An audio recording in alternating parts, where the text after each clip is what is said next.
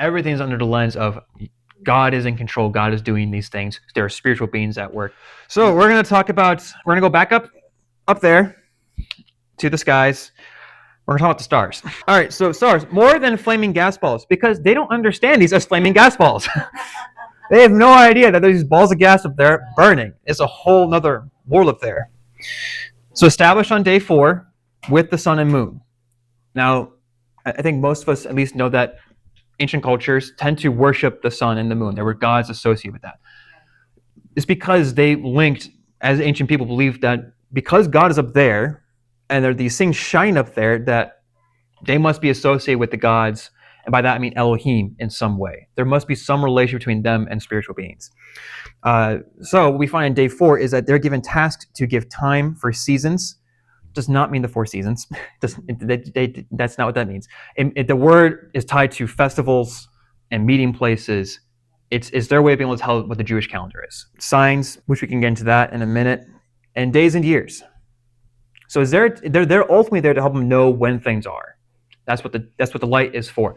What's interesting though is that they're there to aid in separating day and night. But there's already a light doing that on day 1. God passes this task off to the sun and moon. It's kind of weird. He says, because day 1 there's light, but the sun doesn't come until day 4. And then day 4, he tells the sun, your job is to rule the day.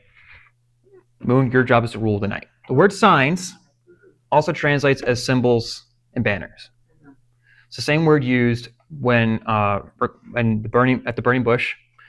God tells Moses, this will be a sign for you. This event right here, and then when you come back here again, it'll be like the flames. This will be a sign for you. This word, signs and banners and symbols, refer to the fact this will resemble God. This is supposed to resemble me, Mike, with you. Day 4, there's the emanating light of God that the prophets decide to say, like, okay, this is God's emanating light. That's what they kind of thought of it. And then you have the sun and moon given this task, and then the stars appear, and they're given this task to do the very thing that the light day 1's already doing. They're told to be the signs and symbols. They're told to be the thing that points to him because they represent the very thing that he was doing the first day, which is why they would associate that up there with angelic beings. Hence why they're called sons of God, because it's like his heavenly children are up there. This is his heavenly. It's almost kind of like a synonym for the image bearers down here. They're the ones that resemble him up there. We resemble him down here. They reflect him. We reflect him. Their job is to be pointing to him. And sometimes you'll have in stories where say the stars are like out of order. They're doing things because what they're saying is like the heavenly hosts are acting up. They're going against God, or like because you have the 3 rebellions in Genesis 1 and Genesis alone before the end of the 11th chapter. There's 3 major rebellions that take place within the spiritual world. It's interesting. It's also translated as king. Angels are sometimes associated as princes and kings over things. If you read Daniel, it calls Michael a prince or a king, depending on your translation. But Michael's an angel. They're rulers of some sort, because we'll get into this another day. They had a connection with ruling over everything. So I'm going to read this for you guys because I know it's a little, at least it's small for me. This comes from the Dictionary of Deities and Demons. It's a great resource. The identification of personified stars with angels of the heavenly host is well accepted within a totally monotheistic religious system. The stars stand in God's presence to the right and to the left of his thrones, based on 1 Kings 22 and 19, 2 Chronicles 18 and 18 as well. They serve him, found in Psalm 103:21 and Nehemiah 9:6. And at the head of the heavenly host stands a prince of the army, found in Joshua and Daniel. Probably the highest star and the farthest from the earth, even if the actual leader is God, to whom the starry army belongs. From this conception derives this sanctum, Lord God of hosts, occurring in numerous biblical passages. And they're saying if because depending your religion you're in, either it's God, Yahweh, or it's El, or it's Ra. So they're just talking about like the world in general. Like if it's Yahweh, then it's this, but if it's not Yahweh, then they've viewed it the same way in other worlds.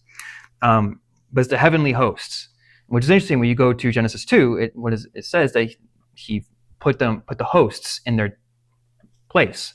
Well, we're hosts down here. They're hosts up there.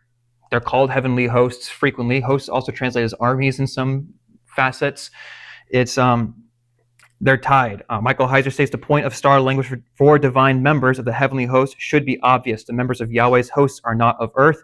They are celestial, transcendent beings whose home is in the heavenly realm, the abode of God. I mean, how else do you really explain all those lights up there? Like we now know, like, okay, they're just balls of gas and then they explode. Sometimes black holes come, sometimes new things come, but they have a lifespan. But down here, we just see there's lights in the sky. And if they already think God is up there, well, those lights have to do something. And if God is the ultimate source of light, and there's your many lights, then they must be the angelic beings. Or in other places, they must be the gods. Hence why you have like these connections towards constellations saying like, oh, they resemble the gods, because it's where the gods are. So star verses, just a few. We didn't read this one, so we can't do this one. Genesis 1, 14 through 19, Genesis 2, Judges 5:20, Job 38, and then Jeremiah 8:2. There's so many passages that we kind of get confused by, and then we go like, oh, that's just way too academic. Let them deal with that. I'm gonna humble all of us real quick. This was not academic for the authors and the recipients. This is just their world. It's academic for us because we live in post-Enlightenment Western society where we describe things so differently. We have a different view of the world. All this is different for us, but it's not incorrect. It's just the fact that it's communicating very specific things about one theology and the world around them, and they did not view as theology as a separate subject as the world. Like we view like biology, theology. For them, theology and biology, biology wasn't really a thing, but if we were to say they were a thing together, they were a thing together. Everything's under the lens of God is in control. God is doing these things. There are spiritual beings at work. Evil's influenced by spiritual, everything's with the lens, as he says, spiritual world.